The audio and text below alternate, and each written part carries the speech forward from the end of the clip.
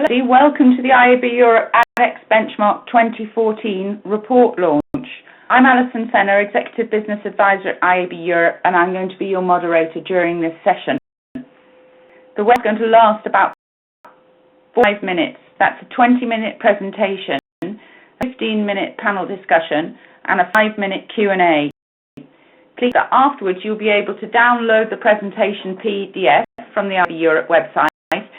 You'll also be able to access a recording and share that with your colleagues. That also will be available on the website.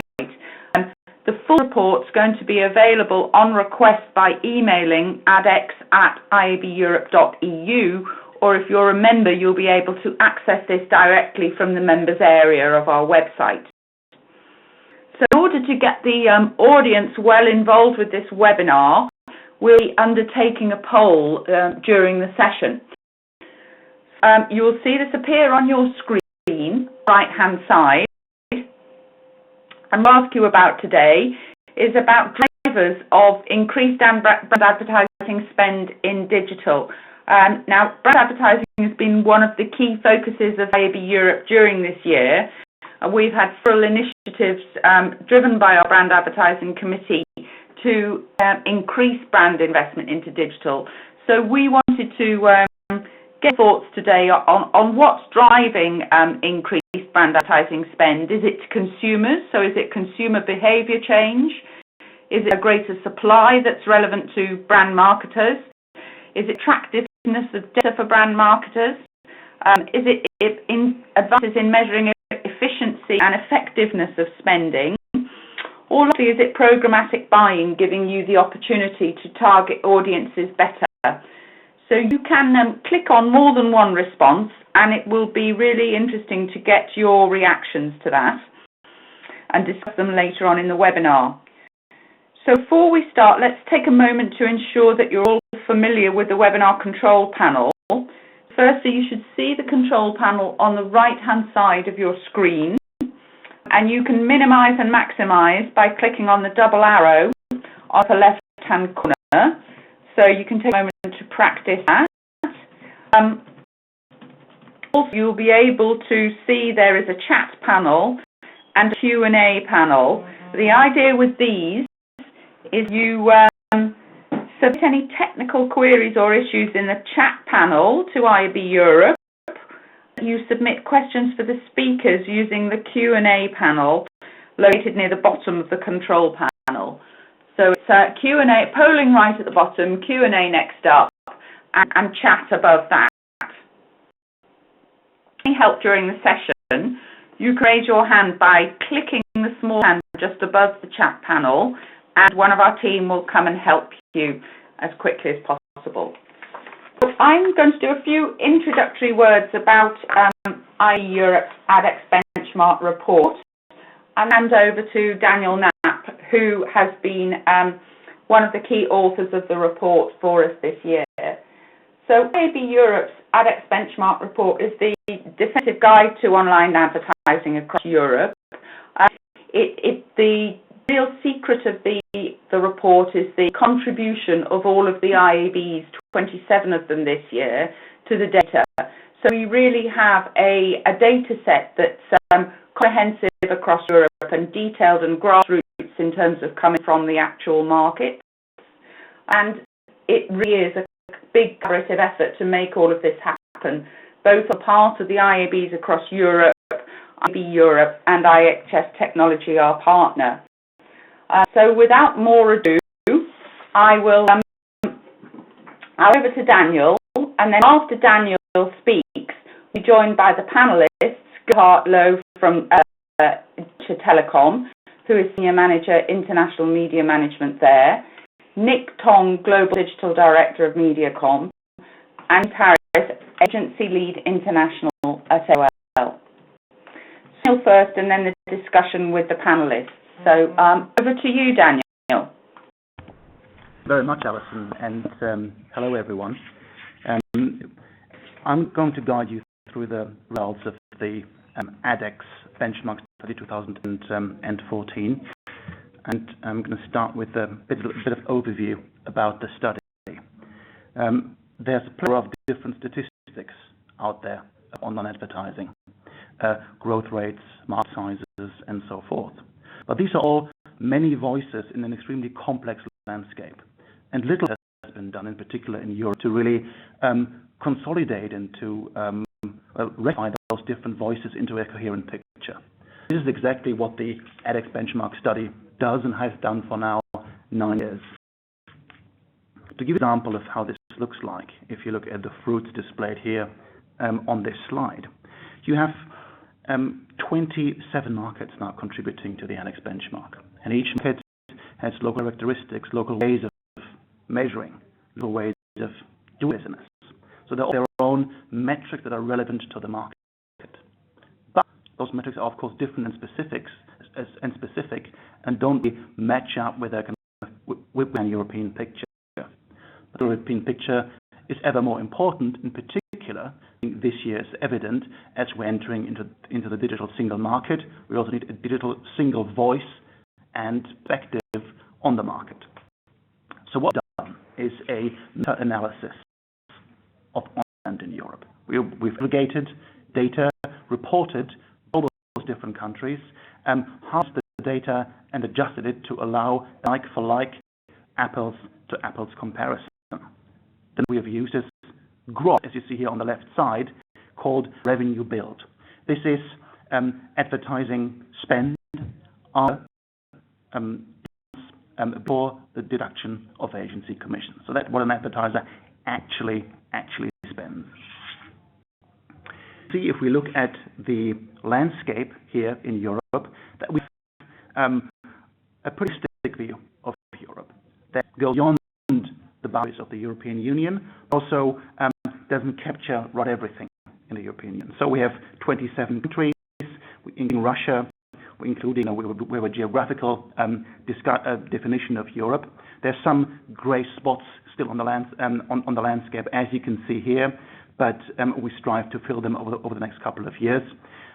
Overall, you can assume that around 95% of all spent in Europe is captured in that. The big picture and the context of the study. There's one big number to remember this year. This is this one, 30.7 billion euros. This is in total the size of the European online market in those 27 countries that we have measured. Where there, advertising is strongly correlated with macroeconomic trends, in particular GDP, but also industrial production and household consumption. So which goods are being produced that need to be advertised, and actually can they be bought? And we've seen it in particular after a lot of volatility in the Eurozone. We've seen in 2014 a return to growth, a stabilization in key Eurozone economies, and this has been fueling growth and provided a solid basis for advertising. In the past, economic trends weren't that important for online because it was an emergent medium. It was going despite economic woes. So we have seen a dip we have negative growth in recession years, but as online has matured into now, as I'll show you later, the second biggest ad medium, macroeconomic trends are increasingly important for the continued growth of the sector. Indeed, as I said earlier, there hasn't been a dip in growth. We have seen consistent growth over the last couple of years, since 2006, when we conducted the first AdEx study, up to now 2014, a compound annual growth rate. This is the average growth rate across all the years of around 21%. The market has more than tripled actually in the quintupled actually within the last 9 years. Remember is that many other media are having blips and cyclical issues, but we've seen continued double-digit growth in online advertising. This is the thing that other now established media categories, television, for instance, haven't been able to achieve. And also media resilient against digital disruptions, such as out-of-home advertising, haven't been able to achieve those growth rates. The overall market, we can see that the growth in online has helped the overall market to grow or to avert larger declines in 2014. You see a picture split between Western Europe, Eastern Europe, and then total Europe, where we work for online advertising. The total market has declined. In Europe, thanks to online, we see just a moderate growth of 1.4%. In CEE, there are still some recessionary impacts. We have seen a decline, and in Europe, were it not for online, we wouldn't have seen total growth either. Online driving the overall ad spend. This is interesting because usually when budgets migrate to online, there's something called digital deflation, which means each dollar moving from, let's say, TV to online moves into, or each euro converts into maybe 90 or 85 cents. But this here, this data, that despite this digital deflation, online is a value add that aggregate drives the market.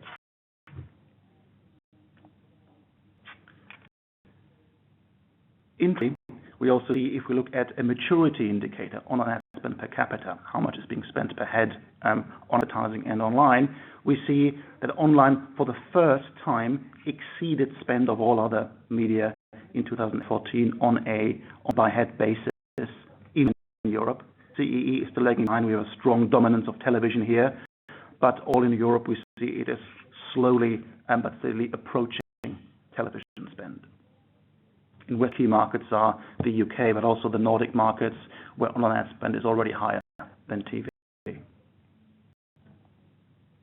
And indeed, this size of online advertising puts it in close reach to television. Just a couple of billion euros, which sounds much, but in aggregate isn't really that much, separating online from TV. We can expect that by 2015, end of the year, will have overtaken television as largest advertising category across all of Europe. Let's get deeper dive into the specific markets to see what's happening at a local level. Because despite those aggregate trends, there are huge differences between the individual markets. We first see that the European online ad market, defined as this European 27, is skewed towards a few strong markets. We see top 3 markets making up nearly 60% of all spend, and the top 10 markets, 85% of all spend. So we have a strong concentration and then a long tail, which in aggregate isn't contributing that yet, but which is nevertheless important for the European digital economy. Top markets, the UK takes the lead in Europe, followed by Germany and France, then Italy. We see Russia as the only CEE market now within the top 5, probably overtaking Italy next year. We see the Netherlands and Nordic markets. So a combination of markets, driven by population size, then the maturity. The UK is often the first winter Europe from the US. And we see some highly experimental markets like the Netherlands, which is extremely digitally driven, often a testing ground in Europe again for nations. Plus, we do see the Scandinavian markets with extremely high broadband penetration, mobile usage, where digital transformation is much further advanced than in other economies.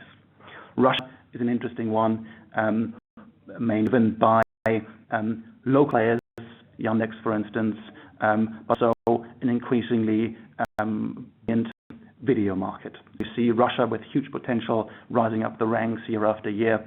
So in about 3 years, we could see it within the top 3 markets. The long tail, and we can really see how different the markets are, with Switzerland from 609 million euros down to Croatia with 17 million euros. What of this year is that there has been no market that has been declining. We've had that despite average aggregate growth, healthy growth over the last years. We had some in markets that have been declining. But you see, if you look here at the European average growth of 11.8%, you see most markets fairly closely clustered around the growth, so no really strong outliers. Slovenia and Belarus are exceptions with, after more slight periods, strong investment in online. We see Ireland's move to mobile, Ireland's move to video, also propelling it extremely high. Turkey is a very young market with a young demographic, and the video also pushing it very high. But overall, a fairly consistent and healthy picture in Europe. As an analyst, I always like these bubble charts. They will tell you different things at a glance. You see on the y-axis here the growth rate in 2014, and see on the x-axis the maturity of the market expressed in ad spend per capita. The bubble represents the size of the market measured in billions of euros. What is remarkable here is if you look at the red dotted line around the 10% mark here, this is the average European growth rate. You see even mature markets, though on the right side of the spectrum, here, Netherlands, Sweden, Denmark, and so forth, are all growing, and the UK, are all growing above the European average. A long time, there was this logic that growth was just going to come from emerging markets and growth in established markets was slowing down. But this is not the case. We see, in particular, strong online ad markets growing further. Here is that video advertising, which has a great infrastructure in those markets, is attracting brand spend, and also the role of ad tech. Data and technology serves as a connective tissue now between brands, agencies, and consumers, and those markets here on the right side of the spectrum that have really invested in this extremely well. Another cluster is obviously on the left side, where we see organic growth, emerging markets, driven different dynamics, but we expect in Russia to move to the right side of the spectrum as well, as I mentioned earlier. If you look at the maturity metric in more detail, ad spend per capita, which served as the x-axis in the previous slide, you can see huge discrepancies across Europe. Obviously, this is not normalized on a purchasing power parity basis, so wealthy markets like Norway do stand out, but you can see really the strong differences in online ad investment per capita per head across Europe. All the drivers this year, and just touch on them very briefly because this is something to be discussed in the panel. We saw social media platforms, Facebook and others driving strongly advertising for brands, programs for the automation of advertising using data, on using data on each side of the value chain, more driving the market, and also better measurement and better understanding of consumers.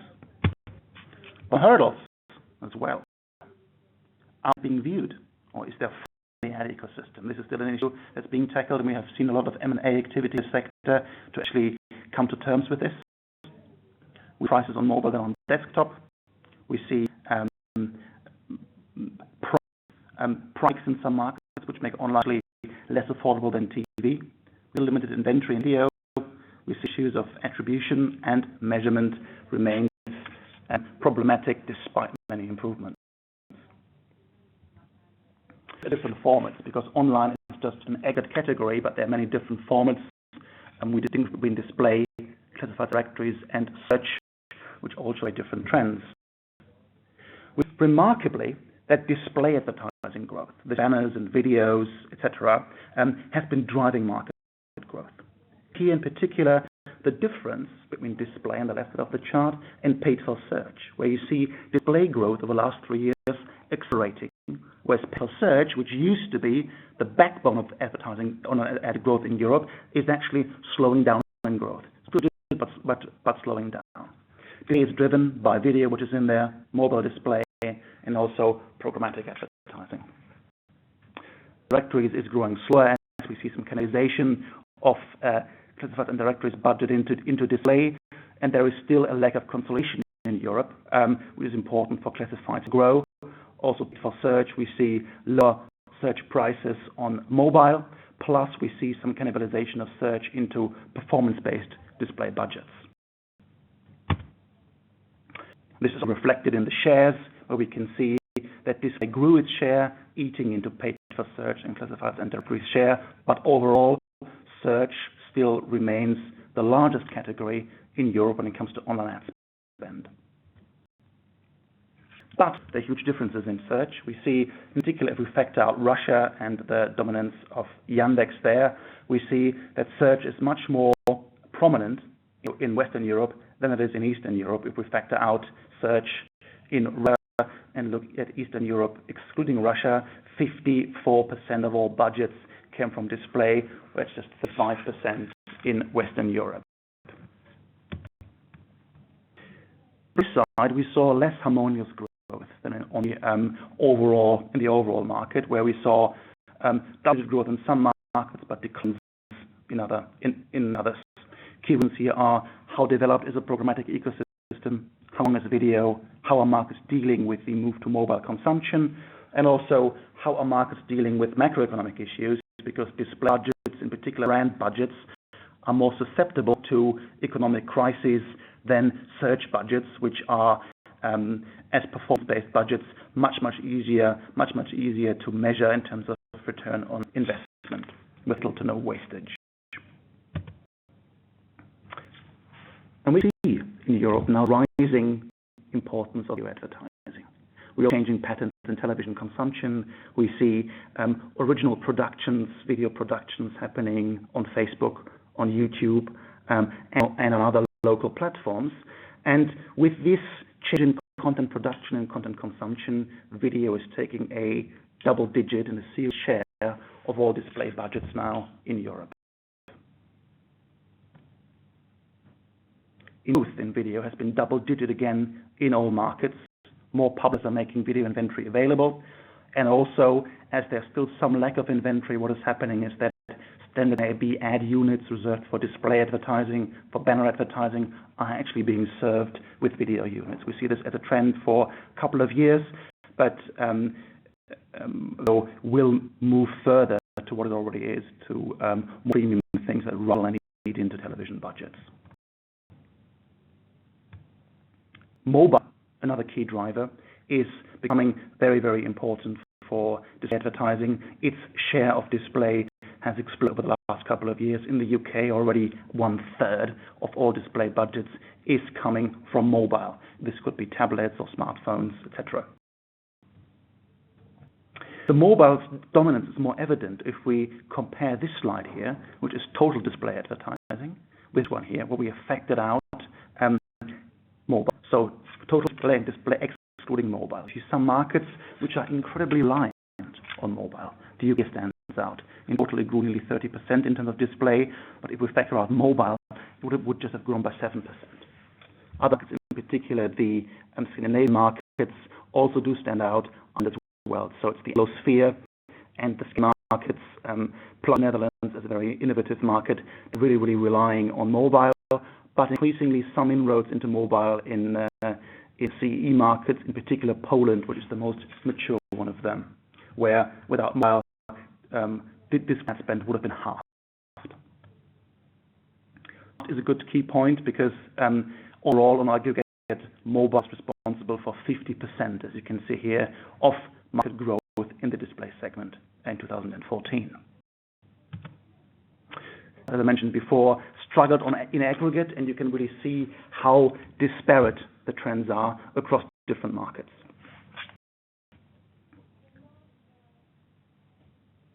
Acceleration of search, and you can really see it here with a longitudinal perspective, how search growth really slowed down from 39% year-on-year in 2007 to just 11.2% in 2014.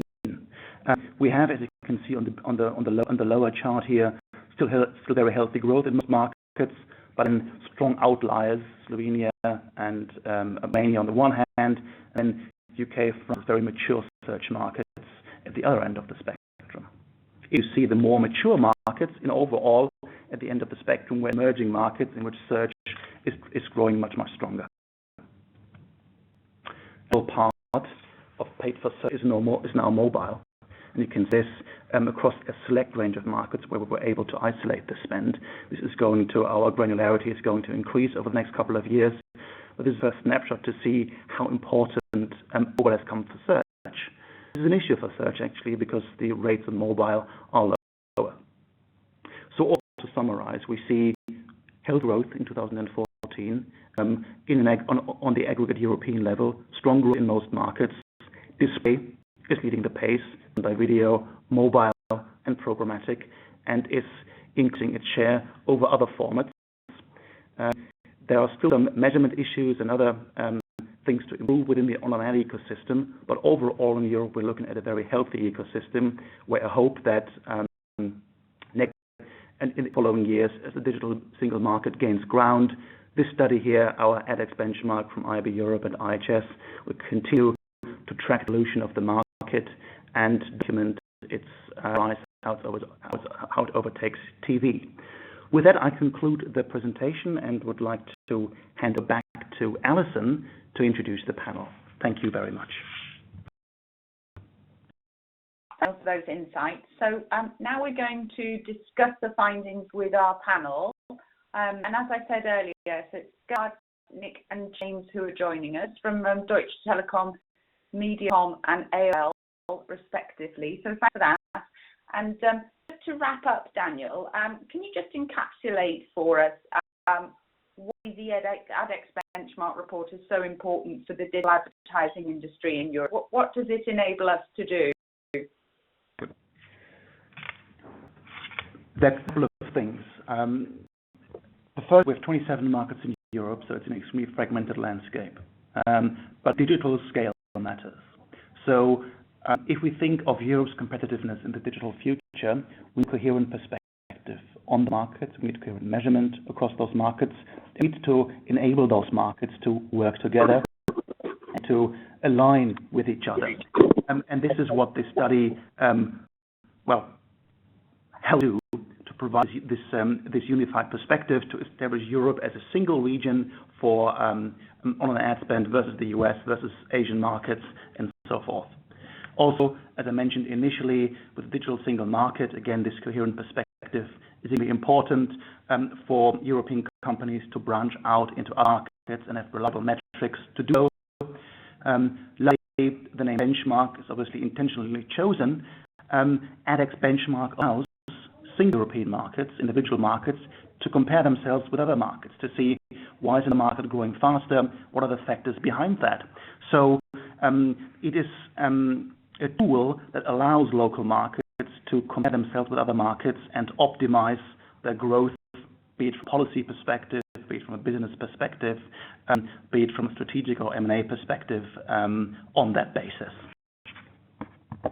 Thanks. Let's move on to Gerhard now. So before we do that, Gerhard, I'm just going to share with people the results of the poll. So if you remember, we had 5 as listed, programmatic, measurement, data supply and consumers. And there were 4 of those drivers actually stood out and were very close in results in terms of being the most popular chosen by today's audience. So programmatic buying was the top driver, closely followed by measurement, advances in measuring efficiency and effectiveness, closely followed by data, the attractiveness of data, and after that, consumers, and supply was a little way behind them. So that gives you an idea of what the audience thought. But Gerhard, do you want to give us your thoughts about what you think are the key innovations in digital that are helping to increase the share of brand advertising spend? Thanks, Alison. Thanks for the opportunity. Yeah, I think the idea with the poll was just to get some input and feedback from the people on the call. But I think it reflects more or less what we think as well from an advertiser's perspective. I'm very active in the WFA, the World Federation of Advertisers, and of course these are the topics that we discuss as large advertisers from around the globe on a regular basis.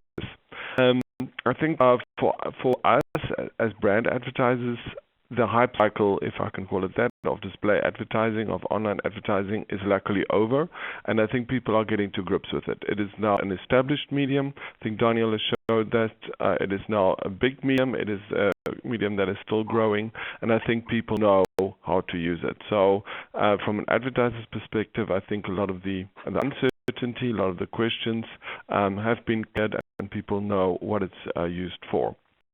I think maybe in this panel the demand and supply side maybe didn't score so much, but if you speak to advertisers, certainly they would say that consumers are driving a lot of their increased spend. The consumers they're trying to reach are spending more and more time online and in digital channels, so that's why they are going there as well. So for brand advertisers, it's attractive because the audience is there, the reach is there.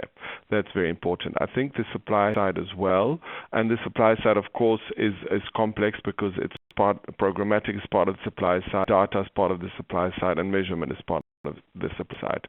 And I think there we've also made big advances. So it is clear to advertisers what it costs. It is clear for advertisers how it works. It is clear for advertisers who the parties are that are involved, and also clear in terms of measurement. So what do I get for my advertising dollars or euros in the digital space? So I think I'm quite comfortable that we're in a good space. Of course, I think Doug showed it as well. There's still some barriers. There's still some things that are keeping the growth down or keeping the growth back. Certainly, in some markets, there's still a lot of work to do on all of these aspects, but I think we've come a long way. Does anybody else want to chip on that point in about brands?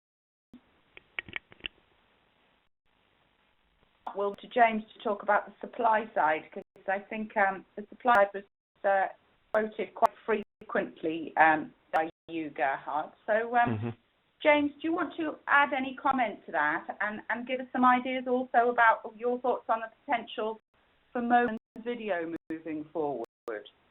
I mean, I think what we're seeing is that if I separate mobile and video out, firstly, I think we're going to see a big continuation in the growth of video. And I think there's a simple reason behind that. I think there's a real obsession with programmatic and ad tech in recent years. But I think what we're seeing now is people realizing that the need for brand storytelling content is actually still very important. So I think, there's no better way than to tell brand stories than using video. So I think a lot of advertisers are pushing into that. That's why we're seeing a growth in the market. The changes producing the volumes or having the available inventory of quality to do that. But I think, as was pointed out in the report, if you take Russia as an example, there's big growth in video, and I think that's just going to continue. I think mobile for me is interesting because I think mobile still throws up thoughts of, phone devices, small handheld devices. But in reality, I think what we're going to see is a growth in cross-device usage, people being talked to across their devices. So obviously you probably will all have seen that last week we became part of Verizon. And really what that is all about is being able to talk to those consumers globally across all the devices they carry at various points in time. So I think rather than just people pushing it into mobile or desktop, we're going to see a growth in things like, consoles, smart TVs, any device which is connected, and more importantly, how we can talk to people between those devices at different points. And for me, that's the important point about the growth, as opposed to just breaking out between mobile and what we might call traditional desktop. Thanks, James. Let's move on to Nick. And I think, Nick, my question for you was, as an industry, what more do you think that we ought to be doing in order to grow the video market? Thanks, Alison. From our point of view, we really see three areas that need to be looked at on this. The first that I wanted to talk about really was around sort of measurement and accountability. I know that the previous kind of speakers have touched on that to quite a degree, but I think that is certainly an area that a lot of the different advertisers and I guess from the supply side as well can really start to help out with. We're working with a lot of our clients now on new metrics for brand and for video, sort of around time spent with the brand, both from an on-site point of view and from an off-site point of view. And a lot of the brand advertisers we're working with are now really starting to engage with those kind of metrics, and that's good to see. I think James's point about cross-device is really important as well, being able to see what people are consuming in different devices as well is is massively important. So the more we start to see kind of tracking and tagging on people's devices, we will actually be able to get more video coming through on media plans. And I guess kind of that leads on to the next point that I wanted to make on this, which was around content and creative. So I think we're working very hard with a lot of the creative agencies that we work with on our main clients to try and educate them a bit more around kind of programmatic and around video, and for that kind of storytelling elements that we just kind of heard about. And I think that's massively important, making sure that the content that is being made and the creative that's being made in video for the actual platform that it's being served on is going to become more and more important. Certainly from obviously a lot of different discussions around different platforms, from YouTube to Facebook to other kind of video ad placements both on desktop and on mobile, and the right kind of content there, and the right second length, for example, really important. And then finally, I guess, overcoming a lot of the challenges and the growth hurdles that Daniel spoke about. So obviously viewability is a well documented issue. There's fraud, and making sure that as an industry we are kind of working towards that, and making sure that all of our advertiser clients are fully comfortable with that, really important. And most recently, as ad blocking, I suppose, has become a big discussion point this week as well. So area that industry, we just have to make sure that we're continually on our toes and making sure that we're staying ahead. So I guess those are the kind of main areas, I think, that I would say what we can do to help increase that video activity. Yeah, I think that just referring back to your measurement point, obviously in the year IAB Europe published a measurement blueprint which discusses metrics in depth and also has recommendations for cross-device. So if anybody wants to follow up and have a look at that document, then feel free. That's on the IAB Europe website under the research tab if you want to have a look there. That's a document where we really want to use the findings of we did a big survey on this topic, and had our brand advertising committee contributing to this document, and it's a starting point for a discussion on the evolution of metrics. And I think Nick's words really help us to understand that there are lots of really useful innovations out there, and there's agreement on the way that metrics need to evolve, but moving the industry behind that is a really big job, and it's beholden on all of us to help move in a direction where brand advertisers can get all of the data that they want and can use metrics that they're really comfortable with. So I'm looking forward certainly to working with people further on that. So let's go back to Gerhard and programmatic. So programmatic's been on a word that's been on everybody's lips for the last couple of years now, and I wonder if you could just give us your view on what impact it's had on the display advertising market. Sure. I think it's important to say that we are very much at the beginning of the change, and some people call it a revolution, call it what you want. It's certainly a very big change. I recently saw some figures from the US, which is certainly the most advanced in terms of programmatic buying, that less than 10% of display advertising currently is being bought programmatically, and I would say that in Europe we're certainly far behind that. So I think it's very early days, and as with many things, we can certainly talk about a hype cycle, and I think we've certainly been at the top of the hype cycle the last few years, but I think we're now also getting to a point where people are understanding what it's about. And I think the one of the main issues was really, I would say, we as an industry did ourselves a little bit of a disservice, really understand, explaining more what programmatic is about. And I think people are now starting to understand that it is about automation. So it is about reach. It is about mass. It's using digital display as a mass media. So I think people are understanding the automation part of it, that we can't do everything by Excel and order forms anymore. So I think that's the first point.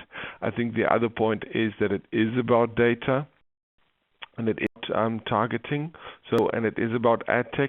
So that sort of, let's call it the technology part of it, and the targeting part, I think, is coming through closer. But I think, at the beginning it was all about cost and, selling inventory cheap and long tail and all that kind of stuff. And that really made not a lot of sense for advertisers, because that is not what they want, and that is not what they want here. So I think we've gone through sort of the birth pains trying to sell it as a technology that makes advertising cheaper, and I think that's really not where we should be with programmatic. So I think it has had up to date a small impact, in my opinion, but I think we're at the beginning of much bigger uptake, and therefore it will also drive a lot of the other aspects that we talked about. Ad tech, of course, the stuff about viewability and fraud is all part of that. There are also other aspects about transparency and so on that we don't need to go into now. But I think, to answer your question in summary, it's had a small impact, but the impact is about to get really, really big. On that, Alison, this is Daniel. Yeah, sure. I think some panelists made really good points about how technology and creativity so far been disconnected. If we look at the Cannes Lions Festival, the Festival of Creativity, as it has long been called, has increasingly become a festival of technology. And it always seemed that creativity and technology are operating at two different poles of the advertising world. And what we're seeing as analysts now is that these worlds are converging, that finally a new generation of creatives is also tech literate, and that they're using data and technology to actually involve it in the creative process, take interactive ads to kind of creative storytelling to a consumer journey and so forth. That's what I see as one of the largest potentials of the ad industry.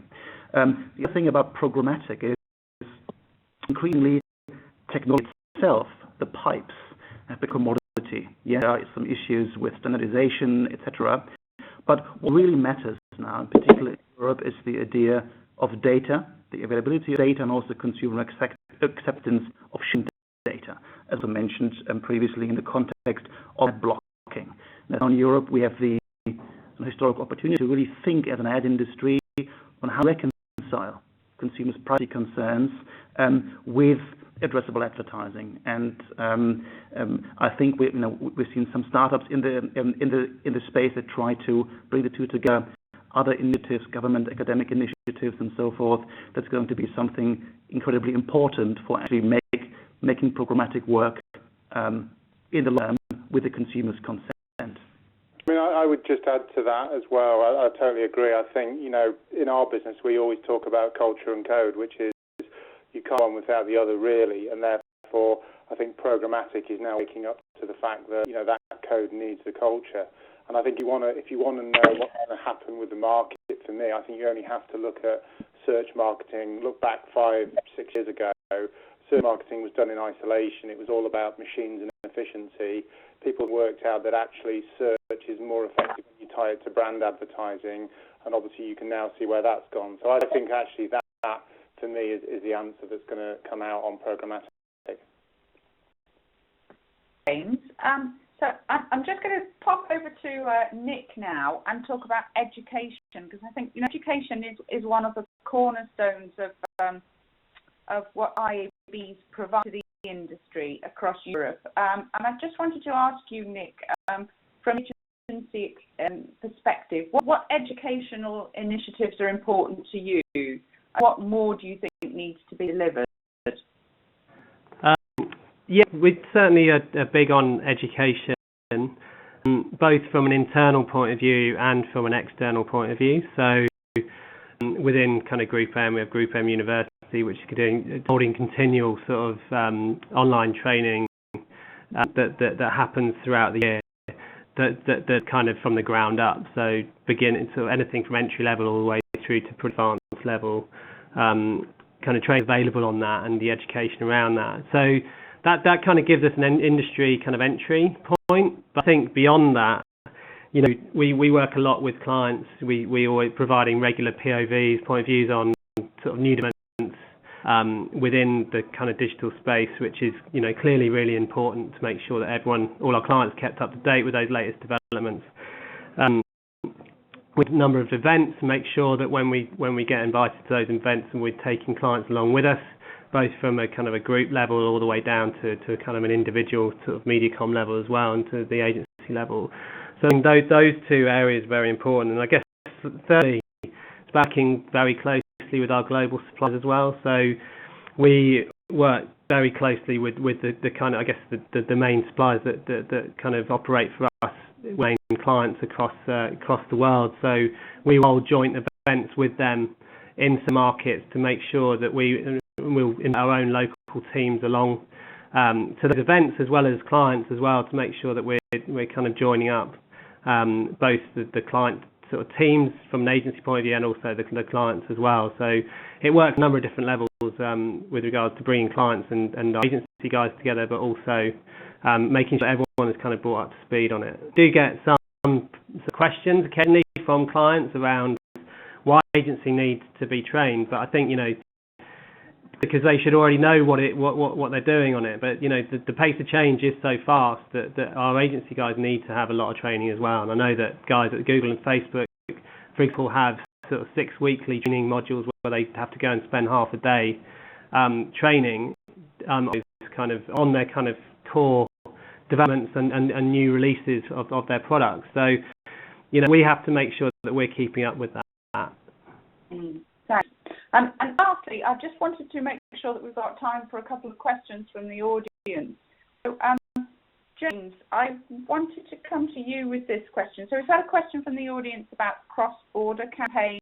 Can you give us any insight on how cross-border campaigns are evolving at the moment? Do you see them growing, becoming more popular, or is the pattern more disparate and fragmented? We're definitely seeing a growth in the demand, and I think it's it's a reflection of the the global economy. There's more kind of globalization of brands. But against that, what we're seeing, and it's a good belief in our business, is that although what we call code is global, culture is still very local. So in our business, everything we produce, be it on a multi-market campaign, is still very much focused around local content creation and delivery. So if you take Huffington Post, which is our biggest property, that does a lot of multi-market campaigns, but we still produce that content locally. We still use local bloggers and people like that to produce it because we think that has a really strong effect. And actually the data would support us on that in terms of the amount of sharing and interaction we get. So I think that's the really important thing for me is, yes, we're seeing that demand growth, but actually we should never forget that people are still localized in terms of their culture, their existence. And if we forget that, then I think that could cause a problem.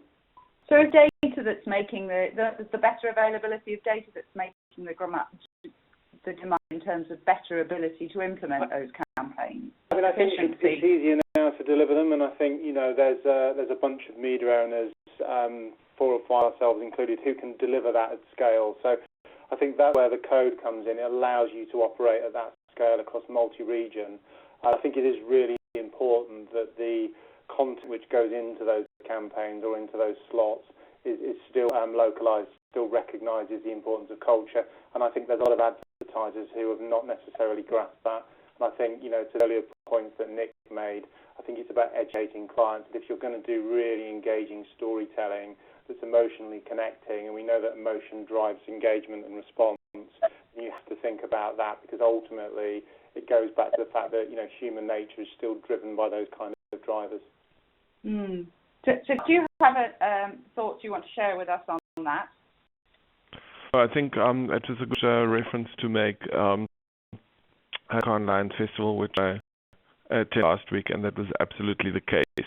So I think the uncertainties about is it all going to become machine-based stuff? Are we all going to be communicated to by algorithms and by ad tech that supports that, and it's all going to be automated in this big black box? I think that myth was definitely dispelled, and I think a lot of the speakers mentioned that it's about the combination of ad tech and automation and anything that goes with that programmatic, of course, being in the front of that. But in terms of understanding human behavior, in terms of understanding the insights and, of course, data there to also facilitate that. And let's all see how that journey goes. But I think it's all about how it works together, and I think that's where the magic is.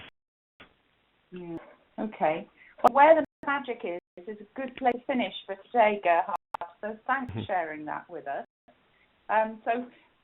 Thanks to all our presenters for joining us today. That's been a really interesting discussion. And if anyone in the audience has any points to follow up on, please feel free to contact us. I hope everyone's enjoyed the presentation and discussion. I just want to point your attention on this last slide to a couple of upcoming things that we have over the next couple of months. So we have 2 webinars coming up on programmatic in our Road to Programmatic webinar series, the 9th and the 16th of January. We have more insight to share on our Research Award winners, this time the multi-screen behaviour and media planning categories. So the winners from our Research Awards this year will be presenting their winning cases. And then later in the year, September, we'll have our European programmatic market sizing. We'll have more about ad spend trends, and we'll be discussing the global mobile advertising spend report. So thanks very much for your attention today. You'll see a short survey pop up after closing the webinar, and we really appreciate your feedback, and we look forward to joining us in the future. Thanks, everybody.